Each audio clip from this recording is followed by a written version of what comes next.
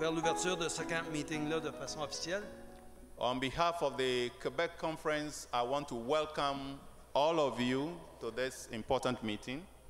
Donc, de la part de la conférence ou la Fédération du Québec, j'aimerais ça vous souhaiter la bienvenue à tous. Now we are going to begin with songs. Maintenant, nous allons commencer par le chant. So I'm inviting Pastor Zachariah to take over. Donc, le pasteur Zachariah va venir pour conduire le premier chant.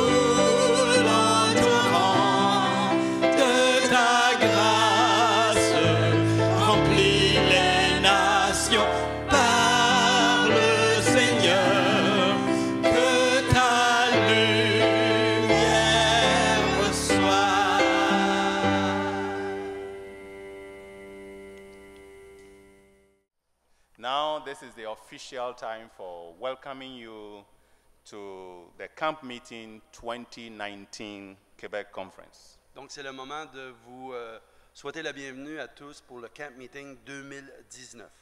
I want to inform you that after a search by the conference committee looking for the best place for Camp Meeting, we went around everywhere we thought possible to look for a place. Donc, j'aimerais vous dire que le comité de recherche pour le camp meeting a fait le tour du Québec pour vérifier et voir s'il pouvait avoir un site.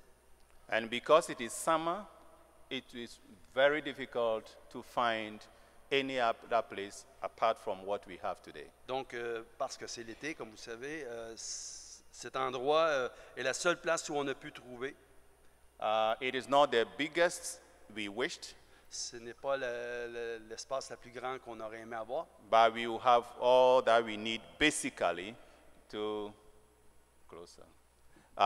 We will have the joy of beauty of nature and also the spiritual connection that we expect. Donc, encore une fois, c'est peut-être pas la place la plus grande, mais c'est l'endroit où on peut être accommodé pour tout ce qu'on aura besoin et on veut rendre cette place-là une place spirituelle pour tous et chacun. We are here to be reconnected. Nous sommes ici pour reconnecter. And that is the theme for this camp meeting. Et c'est le thème pour ce camp meeting, de reconnecter. Reconnected through the power of the Holy Spirit of Jesus Christ. Donc, reconnecter à la puissance de Jésus. son esprit. and through His Holy Spirit. Donc, à travers son Esprit Saint. And when we come, let us press together, and so we will be a group, a team that, will be listening. Donc, lorsqu'on sera ensemble, soyons unis les uns avec les autres et travaillons pour faire de ce camp meeting quelque chose de bien. So, having welcomed all of you to this camp, now we are coming to an important welcoming ceremony involving our special guests for this camp meeting. Donc maintenant que je vous ai souhaité officiellement la bienvenue, nous allons maintenant faire l'annonce des officiants qui vont circuler avec nous pendant cette semaine. And I will begin by introducing them. Je vais commencer par les annoncer. Pastor Valles, who will be in charge of the youth program, is not yet here. I've not seen him yet. Donc, Pastor Abner is going to pick him, so he will join us later. donc nous avons le pasteur Vélez qui va s'occuper de la jeunesse. Et, on ne l'a pas encore vu, mais aussitôt qu'il arrive, on va lui souhaiter la bienvenue et finalement on va lui expliquer là où il devrait se tenir l'attente des jeunes. So beside him, we have two very important guests amongst us.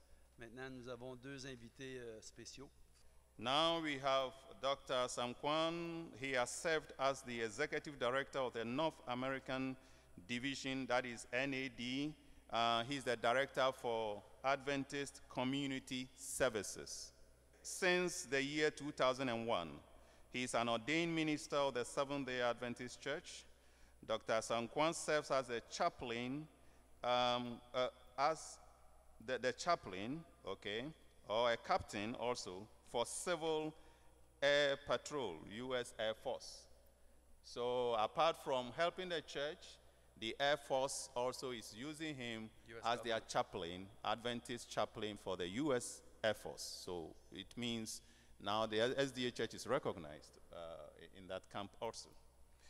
When I finish, he will read everything in French. Okay. And he is enrolled. Now he is also the director of the DMIN, Doctor of Ministry program in urban ministry, how to reach cities, at Andrews University. So he has many hats. Apart from being NAD director, he is Air Force chaplain, US, and he is also the program director for DMIN program in urban ministry, Andrews University. Where's the French? Oh. Donc, pour le premier invité, Dr. Song Wong, on dit qu'il est le directeur exécutif des services à la communauté adventiste, ACS. Il est aussi un pasteur consacré de l'Église adventiste. Dr. Kwong sert aussi d'aumônier à la Civil Air Patrol, un auxiliaire civil de USA Air Force, l'Air Force américaine. Donc, il est actuellement inscrit au programme de doctorat en théologie urbaine de l'Université Andrews. Donc, il est parmi nous, il est avec son épouse. Okay, so now I want to invite him, and he came with Mrs. Sam Kwan, and she is called Mi Young, so it's very easy to pronounce her name, Madame Mi Young. So she's young, always young. And I want to invite them, both of them, to walk here, since they are going to be our guests, for us to know them. And what I like about Madame Mi Young is always she accompanies him whenever we invite them to help us. So let's give them a hand. On va lui souhaiter la bienvenue à toutes les deux, et son épouse s'appelle Madame Mi Young. Okay.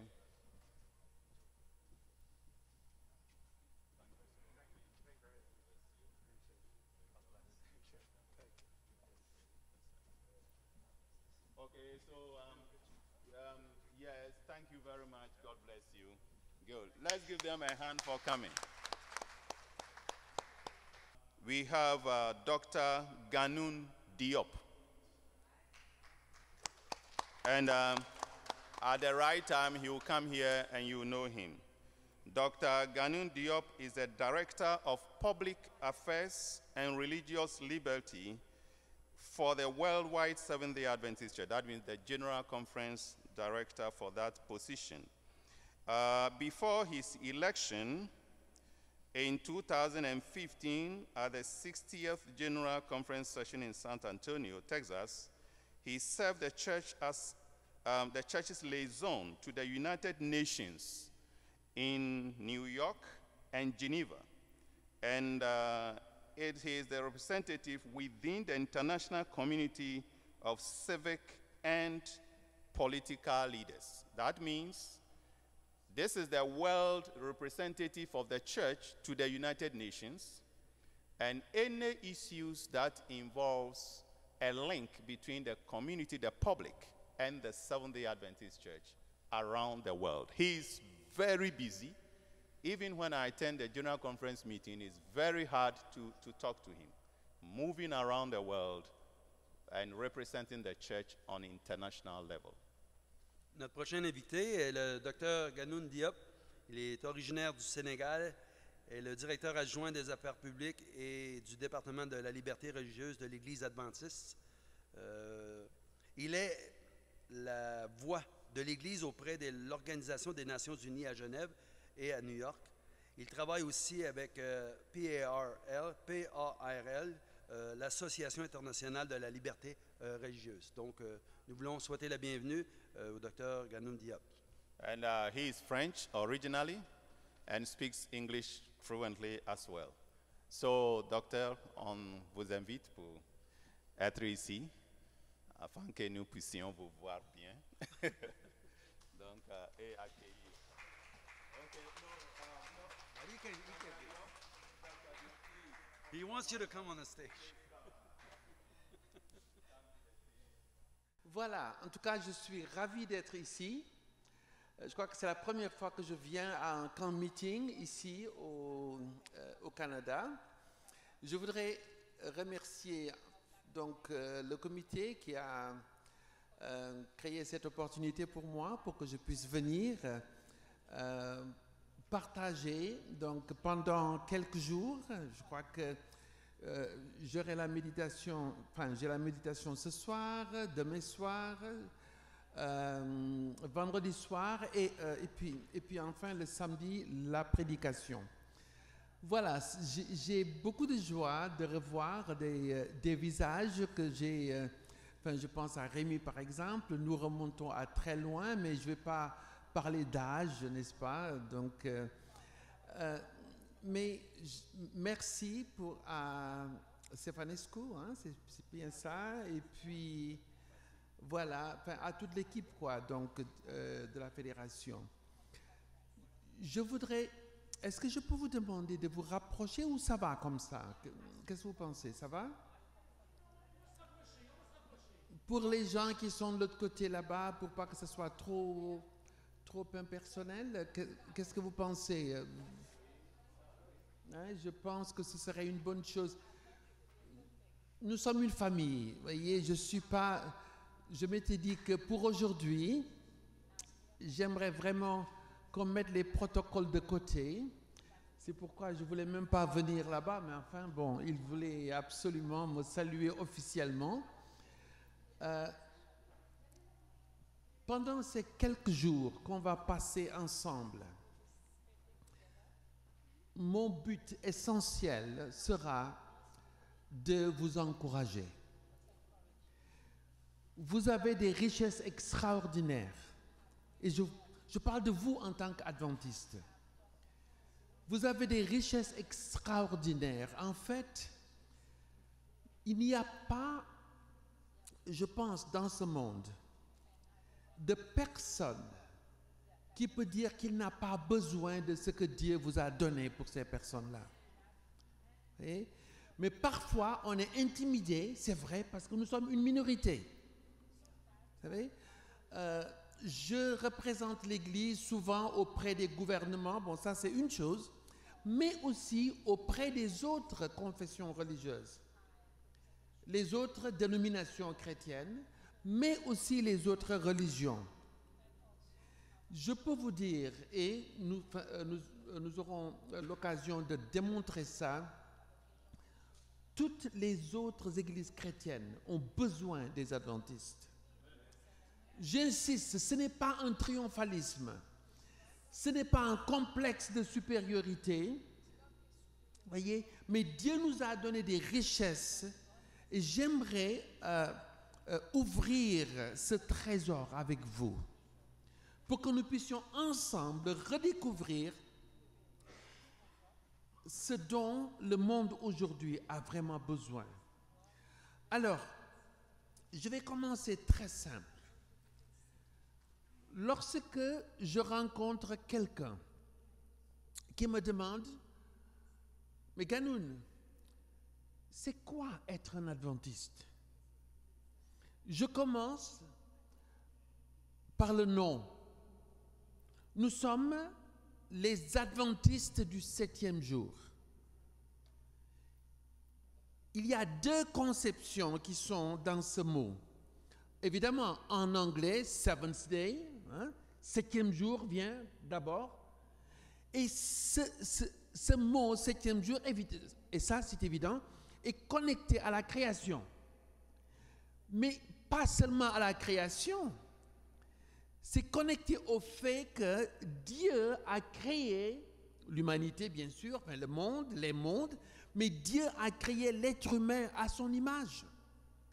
Donc, le mot 7e jour parle non seulement du sabbat, bien sûr du sabbat, mais aussi de la dignité de l'être humain. Vous savez, c'est à cause de ça, les adventistes doivent être les personnes qui affirment le plus au monde la dignité de chaque être humain.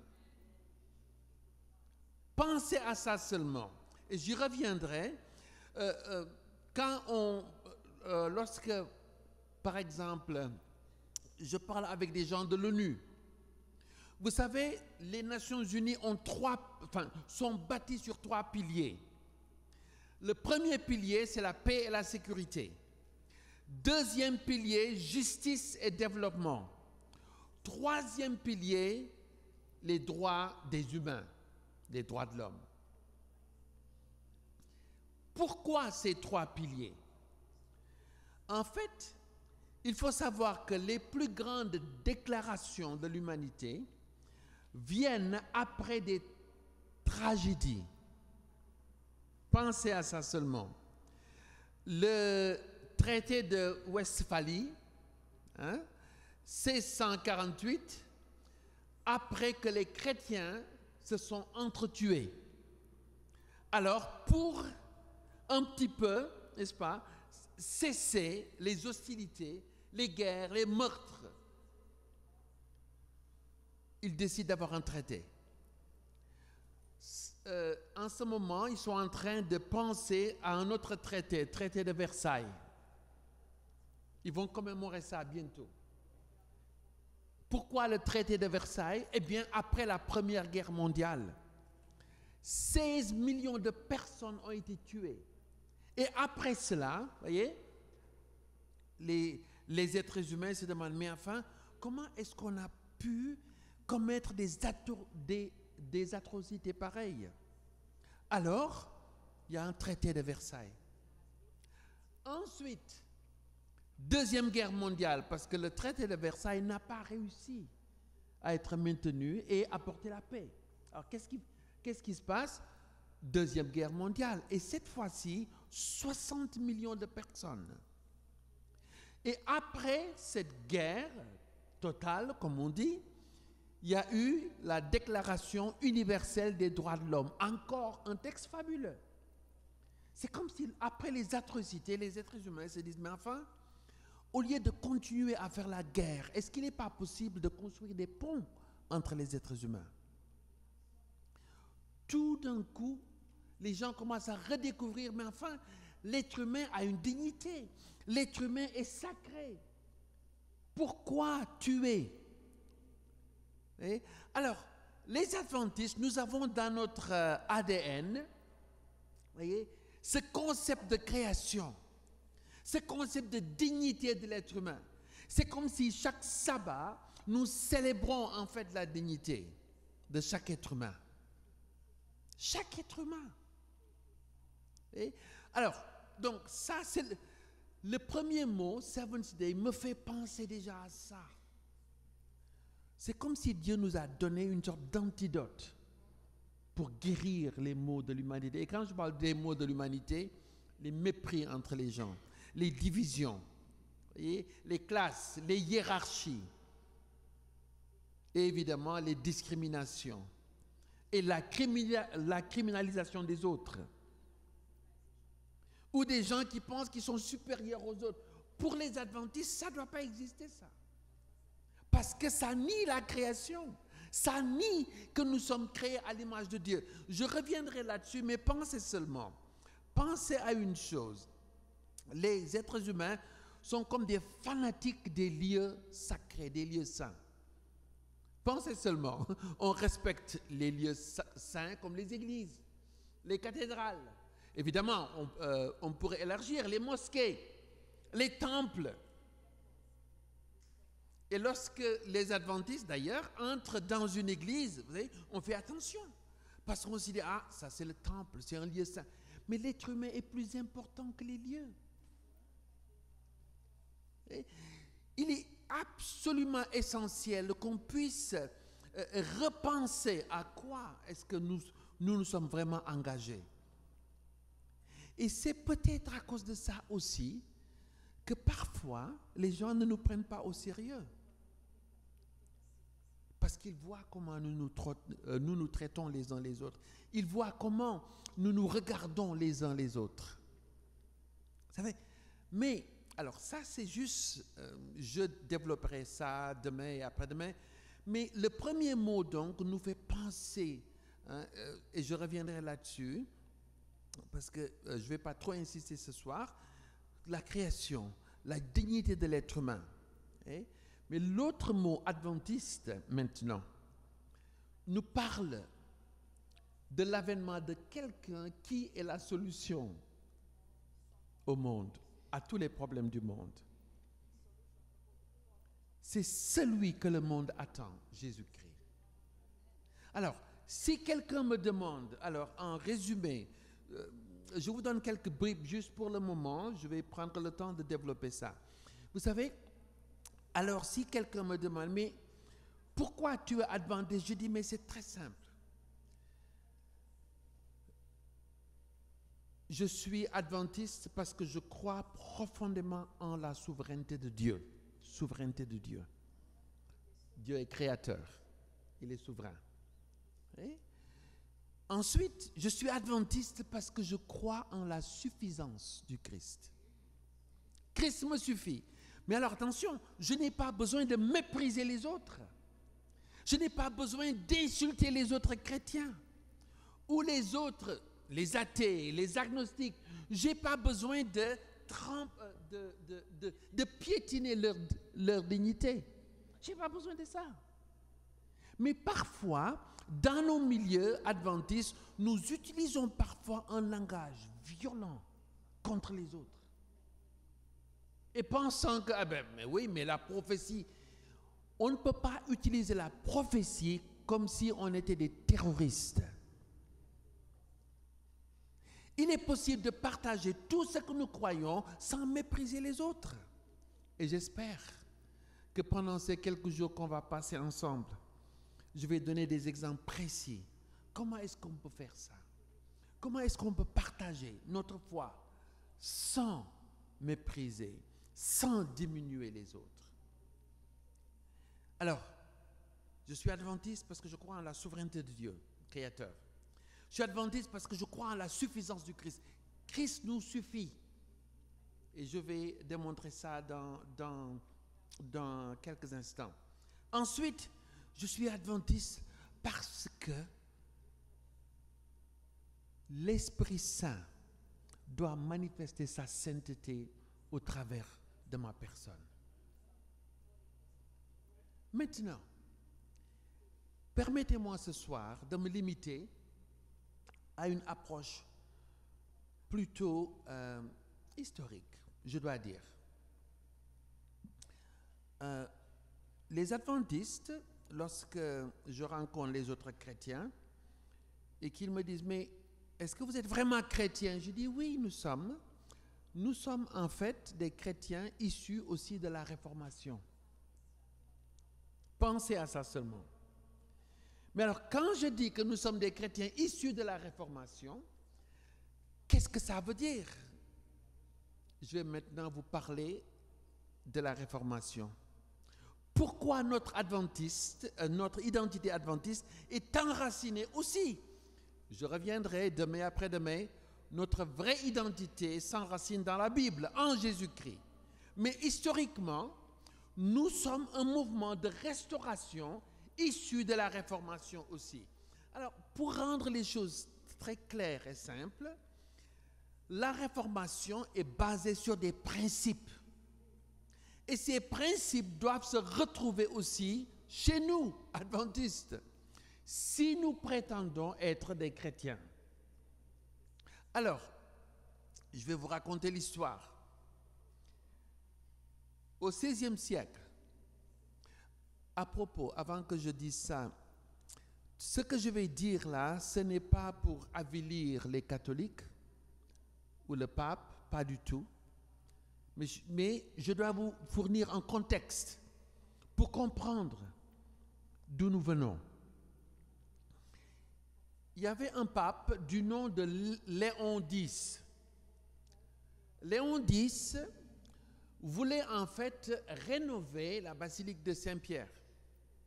Mais il n'avait pas les fonds pour ça. Alors il y avait un prédicateur zélé à l'époque du nom de Johann Tetzel.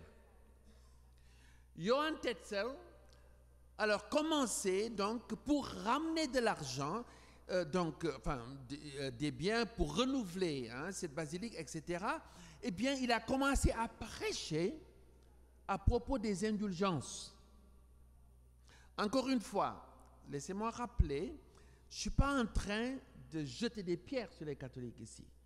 Je fournis simplement un cadre pour comprendre d'où nous venons et pourquoi. Alors, Johann Tetzel disait aux gens que le pape avait le pouvoir, en fait, avait le pouvoir de délivrer les gens qui étaient au purgatoire. Il faut comprendre qu'à l'époque, les gens croyaient qu'après la mort, c'était soit le paradis, l'enfer ou le purgatoire. Eh bien, Johann Tetzel disait aux gens, mais enfin, ramenez des biens au trésor pour que vos parents qui sont en train de souffrir puissent être délivrés. C'est à lui de ces messages que Martin Luther a été offusqué. À propos, j'ai dit Martin, quoi? En fait, son nom n'était pas Martin Luther. Son nom était Martin Luther.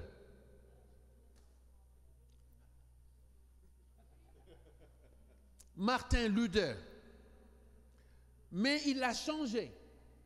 Parce que le mot Luther vient du grec eleutheros qui veut dire liberté, libre. Donc il a adopté ce nom parce que c'est un nom qui est lié à son expérience de libération en fait. Je reviendrai là-dessus parce que le vendredi je vais parler de liberté par rapport aux adventistes. Pourquoi les autres chrétiens insistent sur des thèmes comme la justice, la paix, mais les adventistes parlent de liberté? Il y a une raison à ça. Okay? Vendredi, ce sera le message. Pourquoi la liberté? C'est quoi, en fait? Maintenant, alors, Martin Luther a lui, donc, que les indulgences pouvaient sortir les gens, n'est-ce pas, des flammes du purgatoire. Eh bien, il a écrit les 95 thèses. Et les gens disent, historiquement, il a affiché ces thèses donc, à la porte donc, du château, de l'église du château à Wittenberg, donc en Allemagne. Mais de ces 95 thèses, en fait, proviennent les principes fondamentaux de la Réformation. Et l'identité adventiste est inconcevable sans ces fondations. Alors, je vais prendre le temps de les énumérer. Je n'aurai pas le temps ce soir d'approfondir chaque principe. Beaucoup sont connus, certains sont moins connus. Mais tous sont essentiels par rapport à préciser notre identité. Le premier principe, très connu, c'est l'écriture seule. En fait, mais l'écriture seule, c'était comme une sorte de protestation. En fait, c'est une affirmation, qui disait l'écriture seule, pas l'écriture avec la tradition, pas l'écriture avec les conseils, pas l'écriture avec le pouvoir du pape, etc., mais l'écriture seule. Autrement dit, la foi du chrétien est basée essentiellement sur ce que Dieu a révélé, non pas sur les décrets des êtres humains. L'écriture seule, premier principe. Et je crois que les adventistes doivent aussi être confortables avec l'idée que notre foi doit être entièrement basée sur ce qui est révélé dans les Écritures. Sinon, il y a quelque chose qui ne va pas. S'il y a des aspects de ma foi que je ne peux pas justifier à partir de la Bible, il y a quelque chose qui ne va pas. Mais ça, c'est le premier principe seulement. L'autre, sola scriptura, en latin, à l'époque.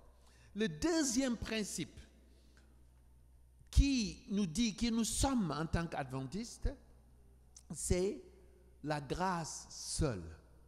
Sola gratia.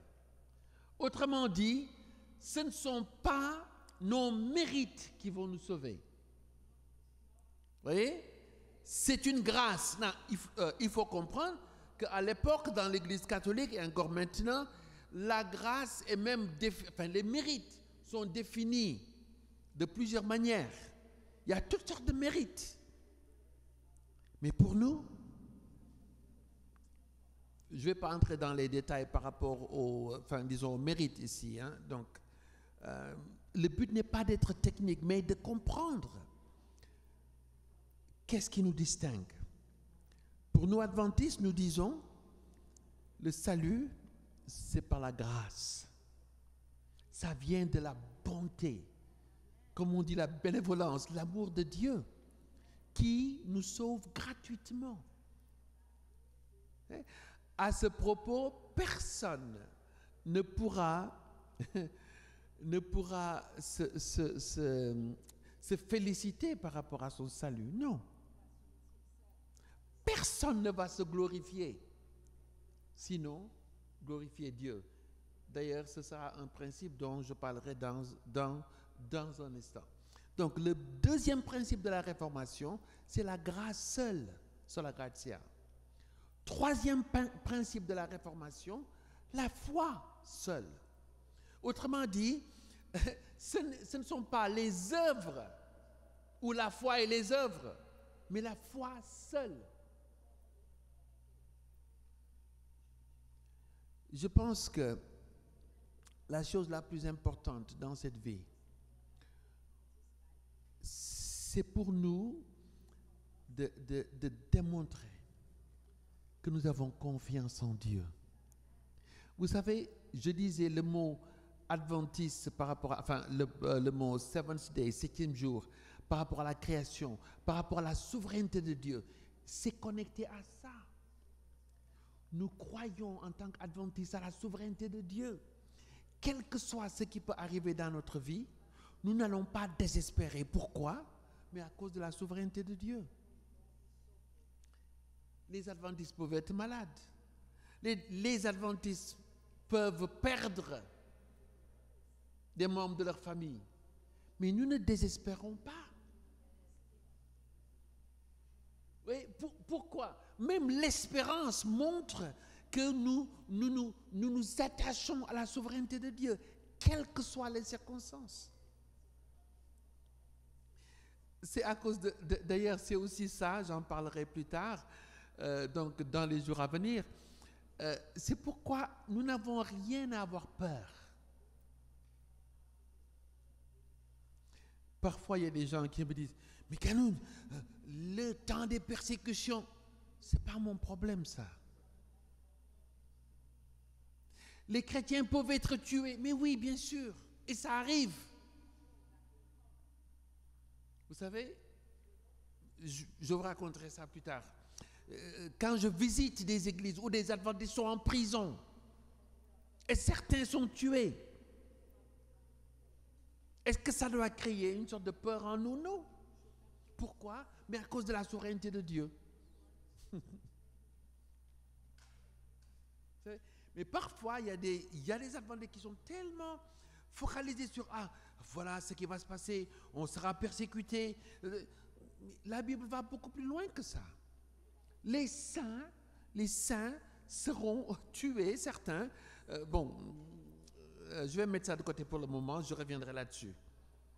Mais rien ne va empêcher la joie de l'Esprit Saint de demeurer en nous, quelles que soient les circonstances, justement. Alors, la foi seule, la confiance indéfectible en Dieu, quel que soit.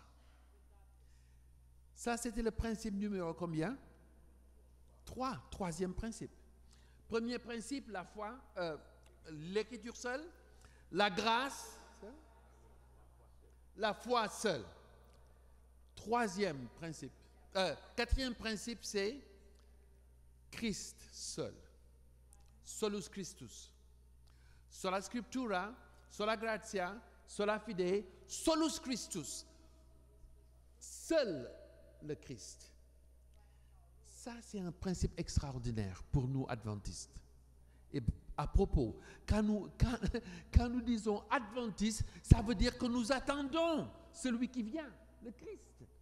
C'est lui le centre, c'est lui l'emphase. Alors, chose intéressante, je me mélange constamment avec les autres chrétiens, partout dans le monde. Et parfois, des leaders des autres chrétiens, des autres communautés chrétiennes, me demandent, mais Ganoun, pourquoi est-ce que tu n'acceptes pas la primauté du pape, par exemple? Pourquoi pas les évêques et les archevêques? Mais pour nous, adventistes, c'est très simple. Nous allons être courtois avec tout le monde. Nous allons aimer tout le monde. Oui. Parce que ça, c'est un commandement.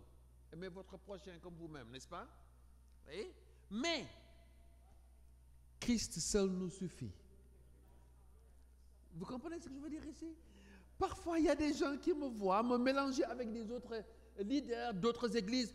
Oh, voyez, Ganoun Diop, maintenant, il est en train c'est un jésuite, voyez, il a serré la main au pape. Ganoun Diop, regardez, mais ils n'ont rien compris. En tant qu'adventistes, c'est impossible pour nous de nous mettre sous une autre personne. Vous savez pourquoi? Parce que Christ nous suffit. Il y a un seul médiateur entre Dieu et les êtres humains.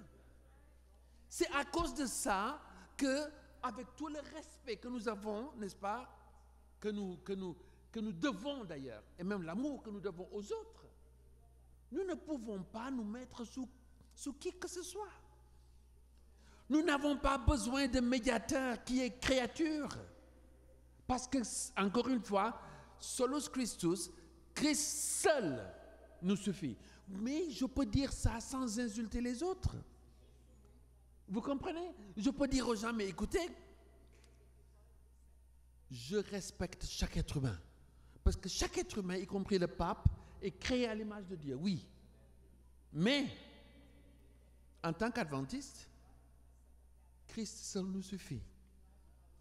Nous n'avons pas besoin d'autres médiateurs, ni Marie, ni le pape, ni les saints, ni les esprits. Vous comprenez? Personne. Alors, le quatrième principe de la réformation, vous comprenez, Christ seul nous rappelle qui nous sommes. Pas de compromis. Nous ne pouvons pas diluer ce message-là. Impossible. Alors parfois c'est de l'ignorance que les gens qui nous voient nous mélanger avec les autres comme sel et lumière. Parce que c'est tout à fait possible qu'on vive dans nos ghettos, séparés du monde, n'est-ce pas? Et là, notre témoignage est quoi? Nul. Vide. Pourquoi? Parce que nous ne nous mélangeons pas. C'est vrai, il y a toujours le risque que le sel puisse perdre sa saveur, n'est-ce pas? Mais le risque ne doit pas nous pousser à ne plus témoigner. Christ seul, il nous suffit. C'est pourquoi je parle de souveraineté de Dieu, adventiste. Suffisance du Christ, adventiste. Mais aussi le Saint-Esprit. Je reviendrai sur ce principe plus tard. Il y a, je vais d'ailleurs, le sermon du samedi, sabbat, je vais parler de Jésus-Christ. Qui est-il? Parce qu'au fond, notre mission, c'est de témoigner du Christ. C'est de présenter le Christ aux autres. Mais qui est-il? En fait, tous les jours, nous devions nous demander à Dieu, Seigneur, accorde-moi la grâce aujourd'hui de pouvoir parler de toi de manière à ce que ça puisse t'honorer, mais aussi de manière à ce que les autres comprennent ce que nous disons. Parce que si nous utilisons notre jargon que nous seuls nous comprenons, eh bien nous allons être déconnectés. J'ai vu que dans le chant, vous avez prié, n'est-ce pas, que le Seigneur nous connecte. Mais on ne peut pas prier cette prière et en étant déconnecté. Ici, ça, c'est un des problèmes majeurs des adventistes aujourd'hui. Nous sommes bien entre nous. Nous parlons un langage que nous comprenons. Mais comment traduire de manière à ce que les autres puissent entendre et comprendre? Ça, c'est notre défi. Pour des gens qui croient en Dieu déjà, qui croient au miracle, c'est plus facile, ils vont comprendre. Mais pour le monde sécularisé, agnostique, là, c'est beaucoup plus difficile. Pourquoi? Parce qu'il nous faut nous positionner pour comprendre comment est-ce que les gens pensent, pour pouvoir trouver des ponts et partager les valeurs, les trésors que nous avons. Alors, récapitulons. Quels sont les 4 principes que j'ai énumérés? L'écriture seule. La grâce seule, la foi seule, le Christ seul. Hein? Et vous comprenez, la Bible, le Nouveau Testament en particulier, développe ce dernier d'une manière extraordinaire. L'Épître aux Hébreux, le Christ seul, il est au-dessus des anges. Voyez? Il est plus, donc ça c'est le chapitre 1er, pensez seulement. Le chapitre 2 de l'Épître aux Hébreux nous raconte que le Christ il est la tête, le seul, le leader, l'archégos, le seul. Après, il est comparé, n'est-ce pas, à Moïse. Il est supérieur à Moïse. Pourquoi? Parce que Moïse était un serviteur, mais le Christ est fils. Il est supérieur à Aaron et la prêtrise, etc. Donc, je ne vais pas développer ça maintenant, mais j'y reviendrai parce que le Christ seul est un principe si extraordinaire. Mais il y a le 5e maintenant. Alors, le 5e, les adventistes, le 5e principe de la réformation est aussi connecté intimement à l'identité adventiste. Et ce principe, le 5e, c'est Soli Deo Gloria. À Dieu seul toute la gloire. Ça, c'est difficile. Vous savez, c'est vrai, beaucoup d'adventistes disent, ah mais soit que nous mangions, soit que nous buvions, et quel que soit ce que nous faisions, nous faisons tout pour la... Est-ce que c'est vrai? Je n'ai pas à juger. Mais pensez seulement, si ça c'est vrai, nous pourrions être les gens les plus heureux au monde. Vous savez pourquoi? Plus de compétition. Pensez seulement. Hein? Plus de comment dirais-je, attitude fébrile pour être reconnu. Vous ne savez pas qui je suis? Ce qui nous définit, ce ne sont pas des performances. Fini. Ce qui nous définit, ce ne sont pas des diplômes. Fini. C'est notre attachement à Dieu.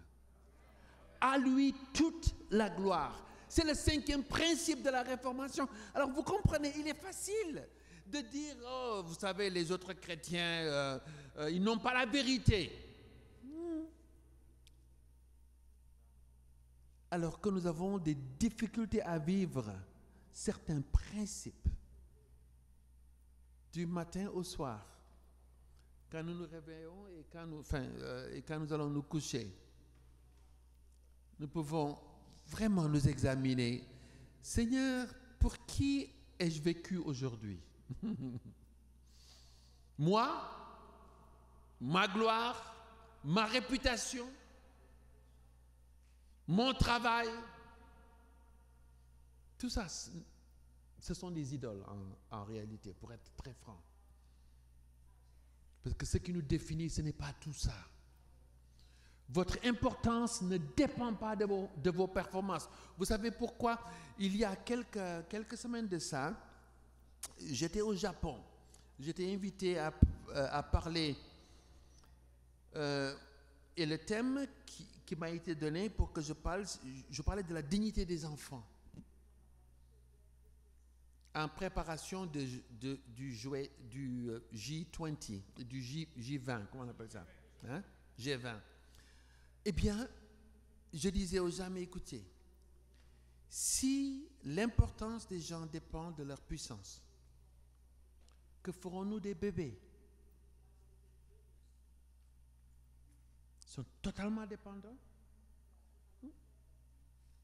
Et pourtant, il ne nous viendrait pas à l'esprit de dire, mais ils ne sont pas importants. Non. Mais alors, d'où vient leur dignité alors? Comment ça se poser des questions comme ça? Je vous parlerai aussi de la violence. Probablement jeudi ou... Oui, probablement demain. Parce qu'on a un problème parfois, en tant qu'être humain. La légitimation de la violence. Mais si nous voulons vivre complètement pour la gloire de Dieu, alors là, on ne va pas devenir justicier soi-même. On ne va pas essayer de régler les comptes aux autres. On ne va pas piétiner les autres. Pourquoi? Parce qu'on se dit, mais attention, les autres appartiennent à Dieu. Je ne peux pas glorifier Dieu en méprisant ce qu'il a créé à son image.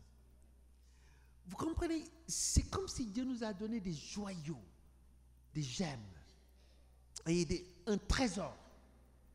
Mais ce trésor, parfois, on met ça de côté, on dit, mais écoutez, on va chercher autre chose.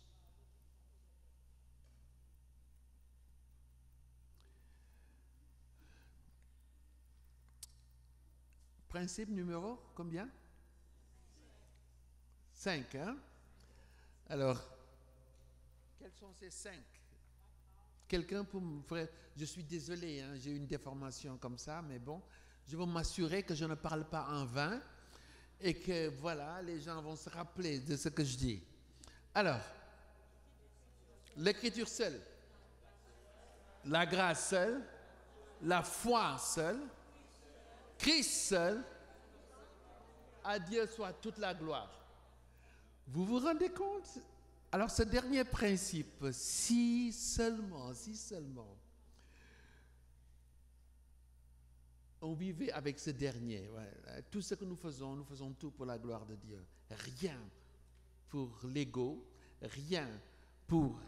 Vous savez, un des problèmes dans le monde aujourd'hui, hein, vous savez, c'est le populisme, le nationalisme et toutes ces choses, et le tribalisme. Hein? Je viens de 2 pays en Afrique où, à cause des problèmes de tribalisme, l'église adventiste est déchirée. Terrible. C'est même horrible. Vous vous rendez compte? Alors, principe de la réformation nous connecte directement à Dieu. Et les principes de tribalisme, nationalisme, n'est-ce pas, nous limitent à notre ethnicité. Vous vous rendez compte?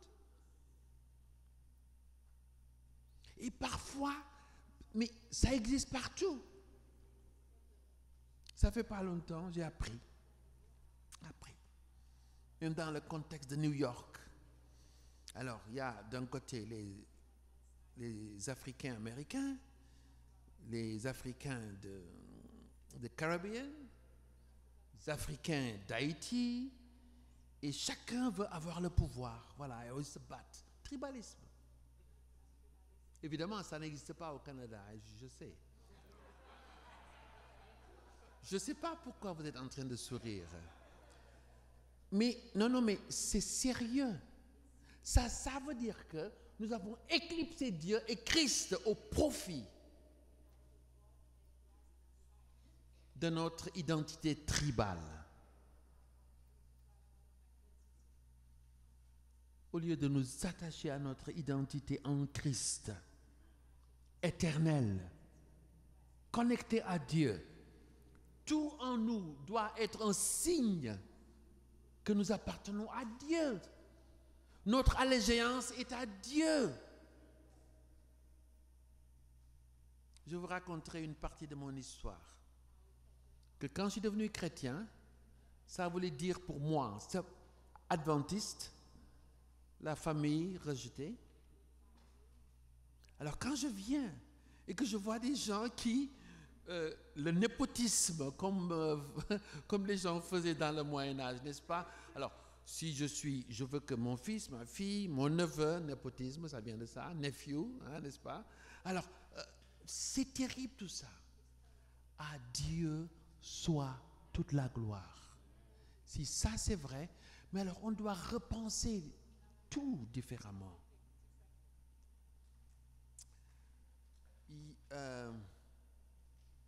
Principe numéro 6. Je savais que je ne pourrais pas, parce qu'il y en a 12. Je ne vais pas finir ce soir, ce n'est pas grave. Mais pensez seulement. On ne m'a pas dit à quelle heure je devais arrêter. 20 heures?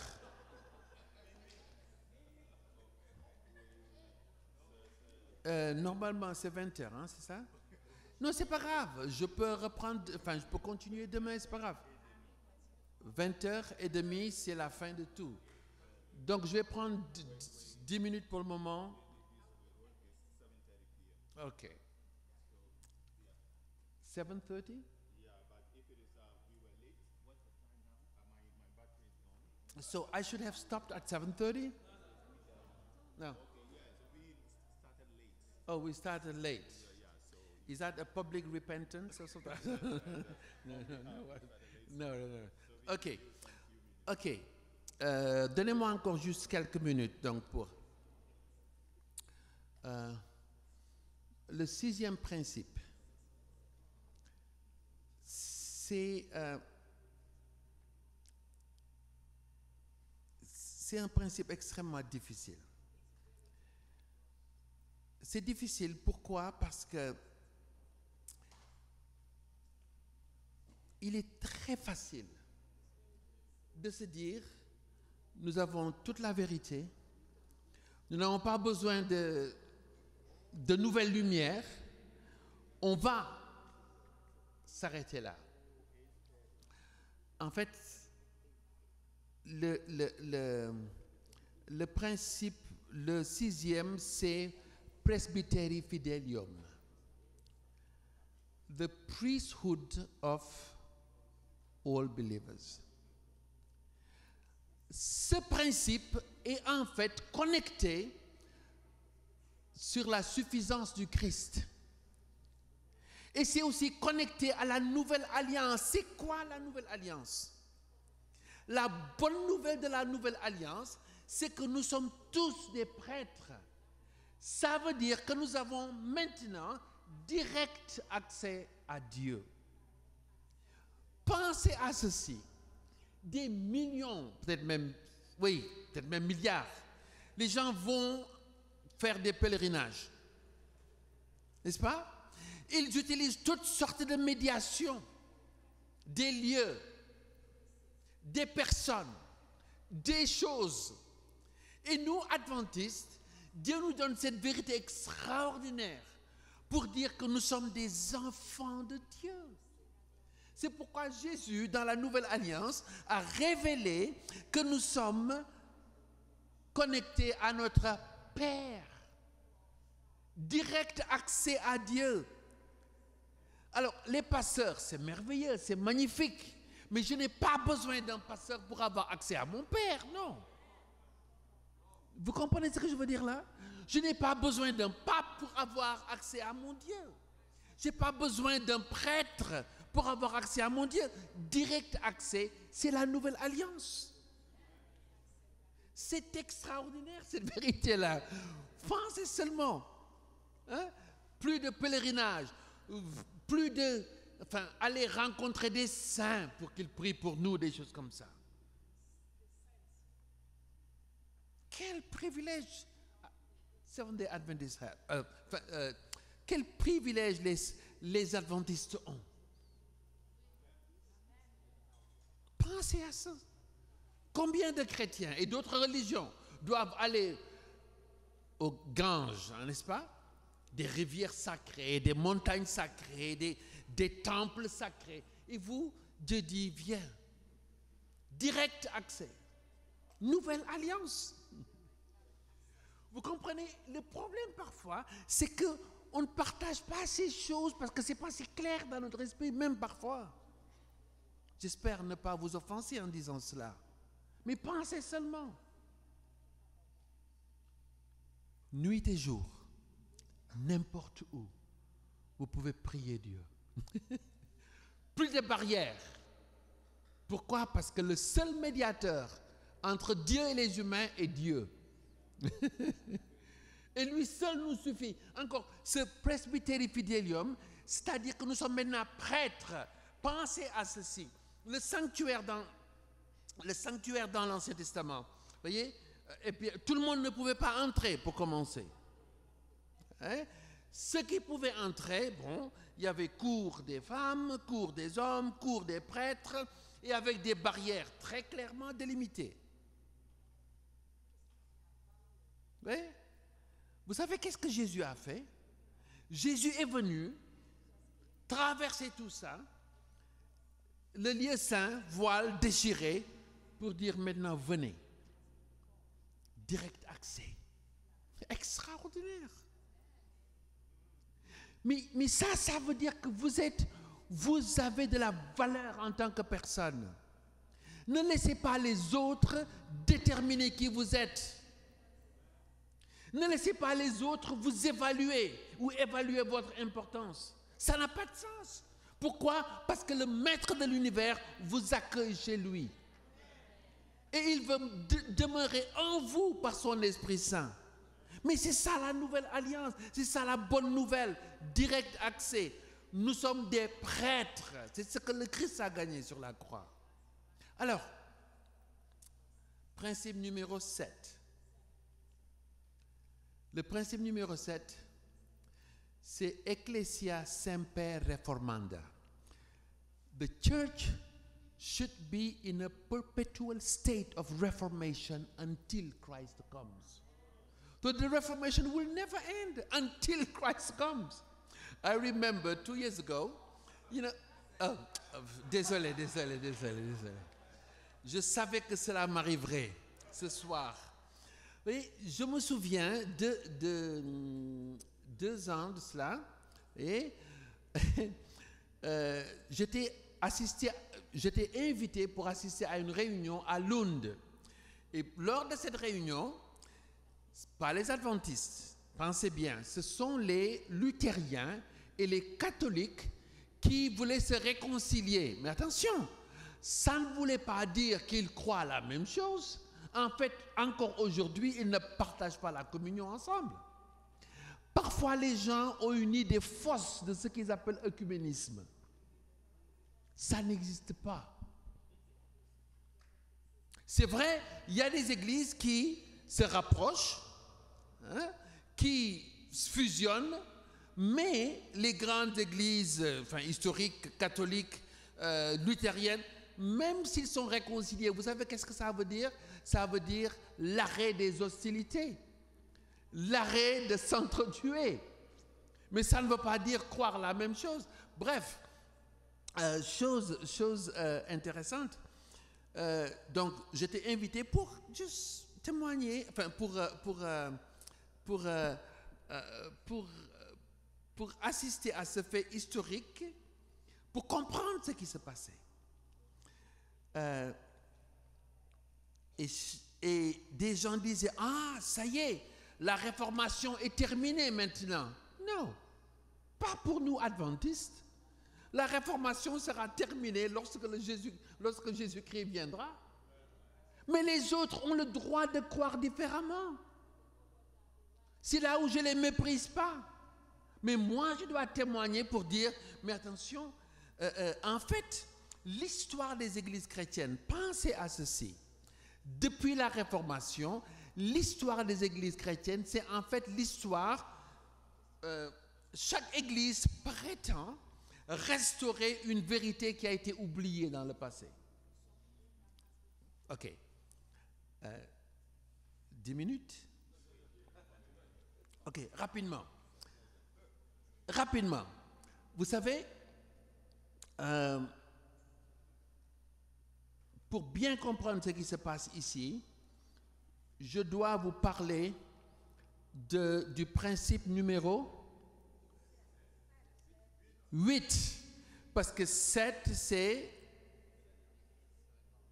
l'Église doit être dans un perpétuel état de réformation jusqu'au retour du Christ. Ok? Voilà. D'ailleurs, Luther a commencé ça. Lui, c'était un prêtre qui croyait au célibat, etc., etc. Mais ça a changé.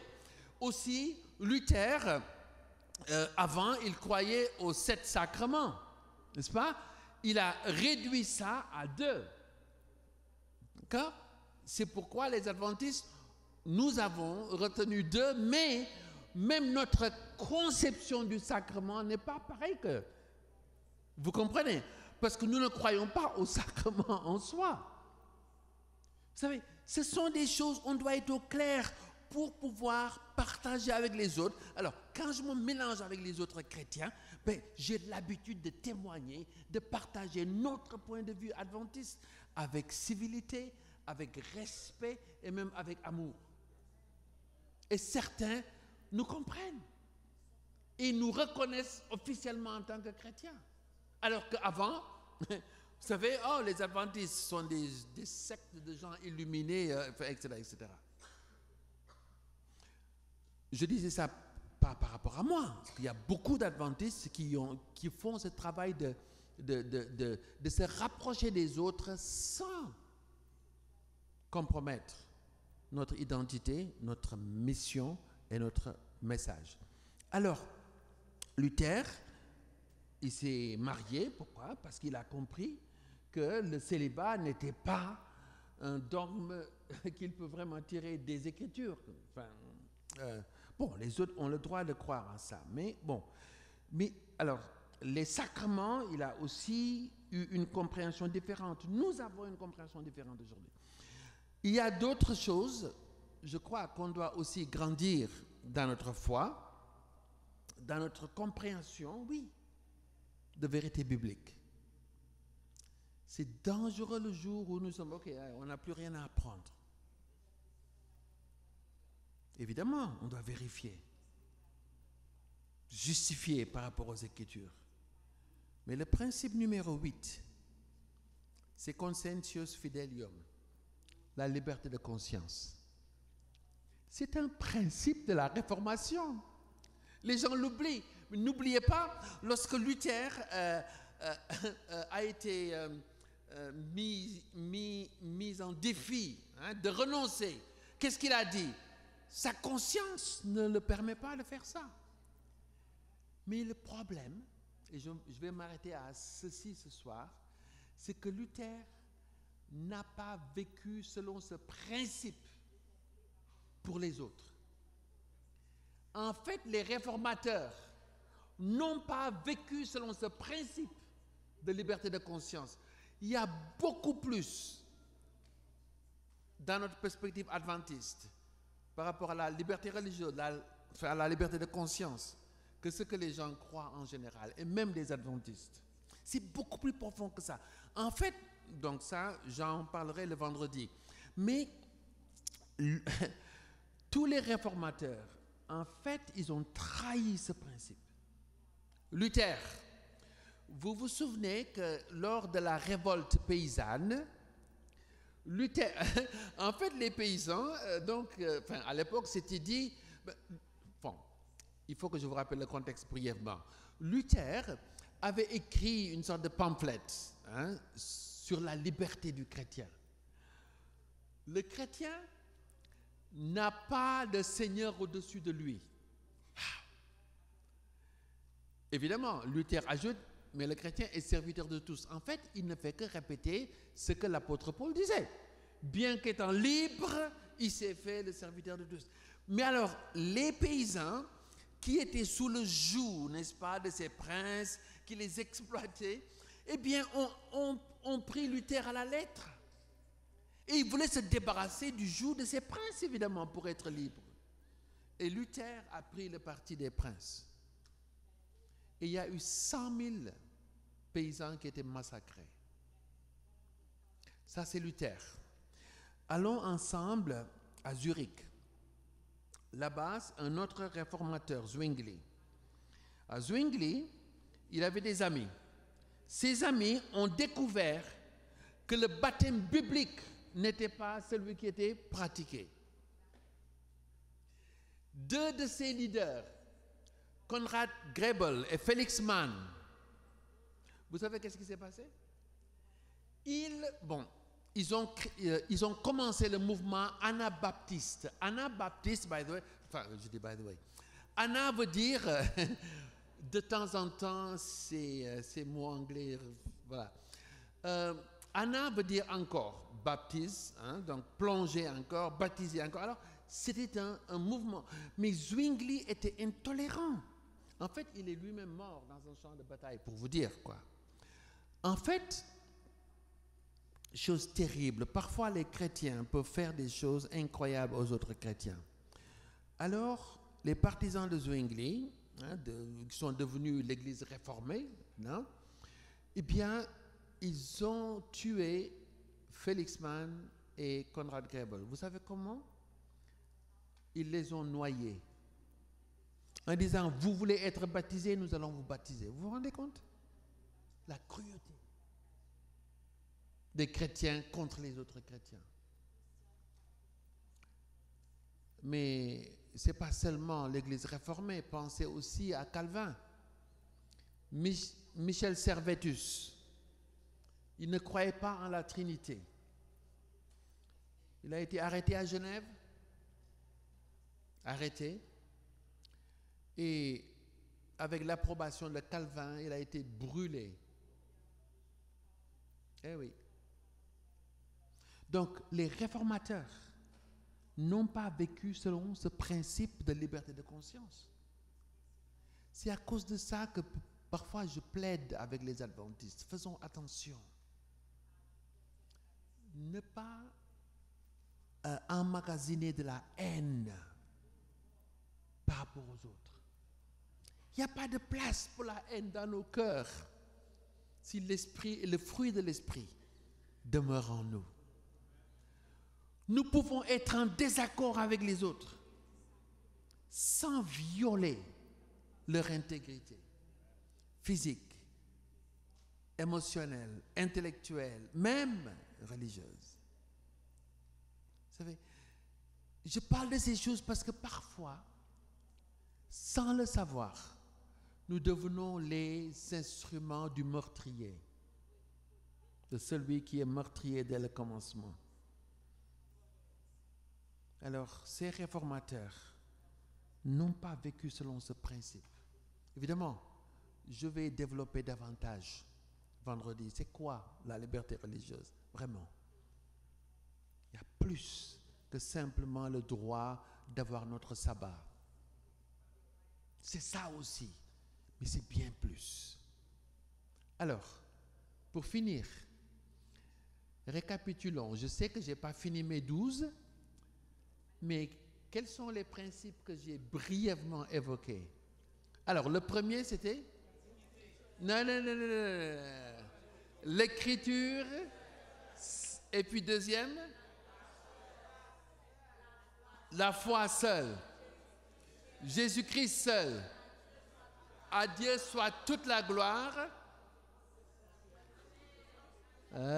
Ça commence à devenir un peu flou, hein? Donc, la prêtrise de tous les croyants. Nous avons direct accès à Dieu. Et puis, principe numéro?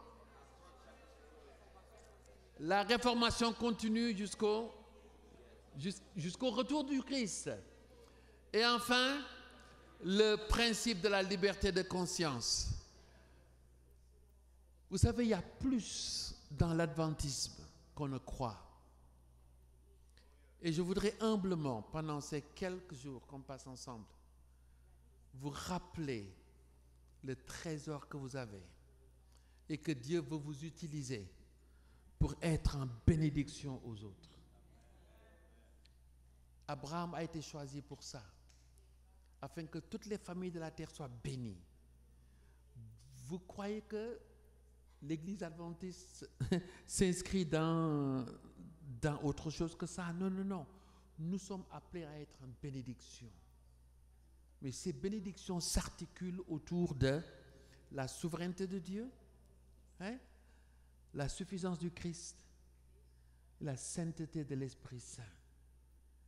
Mais la sainteté de l'Esprit Saint nous amène d'abord à nous considérer comme temple de l'Esprit Saint. Mais ne pas oublier que les autres aussi sont temples de l'Esprit Saint. Les gens peuvent le mot en français que je cherche, peuvent souiller leur temple. Oui, c'est possible. Mais Dieu est capable de nettoyer ce temple. C'est pourquoi nous devons prier pour que Dieu restaure les temples que chacun de nous, que nous tous nous sommes, pour sa gloire. Parce qu'en fin de compte, à lui soit toute la gloire, dès maintenant et pour toujours. Amen. Je suis contente d'être ici ce soir. Bénédiction. Amazing grace, how sweet the sound that saved a wretch like me. I once was lost, but now I'm found. Was blind, but now I see. Grâce infinie, oh quel don pour moi pécheur qui croit. J'étais perdu et le pardon aveugle je vois. Mes chaînes enlevées sont enlevées. Mon Dieu, mon Sauveur m'a racheté et son pardon m'a envahi. Amour divin, grâce infinie. My chains are gone, I've been set free. My God, my Savior, He's ransomed me. And like a flood,